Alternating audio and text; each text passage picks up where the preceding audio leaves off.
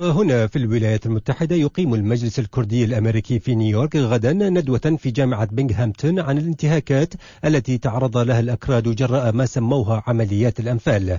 عضو اللجنة المنظمة رضوان زيبري قال إن حكومة إقليم كردستان تحاول إقناع الكونغرس الأمريكي بتشريع قانون خاص يعترف بتلك العمليات. هناك محاولات تقوم الآن خاصة من قبل حكومة إقليم كردستان عن طريق ممثليتها، حيث قدمت مشروع هذه الجرائم للاعتراف بها كإبادة جماعية، قدمت للكونغرس من بواسطة عدد من أعضاء الكونغرس.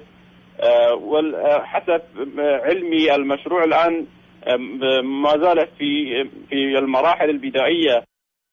وتحدث زيباري لراديو سواع عن أهمية هذه الجهود وآثارها، قائلا أنه إذا فعلا أثبت أنه حصل لقومية معينة إبادة جماعية على أساس عنصري، فهذا يفرض على المجتمع الدولي نوع من الواجبات الأخلاقية تجاه هذه القومية لتوفير الحماية اللازمة لها وإتاحة الفرصة لها لتقرير مصيرها.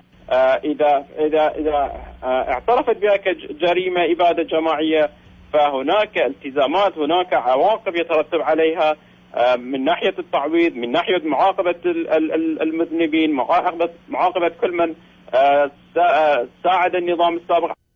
جمعة طاهر كرديون يقول إنه كان واحدا من ضحايا عملية الأنفال. تحدث لراديو سوا عن العملية التي أسفرت عن مقتل عشرات الآلاف حسب وصفه.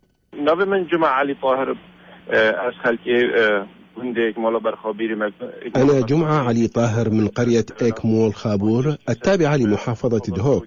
في 25 من شهر آب أغسطس عام 1988 بدأت عمليات الأنفال، وكانت قريتنا من القرى المستهدفة.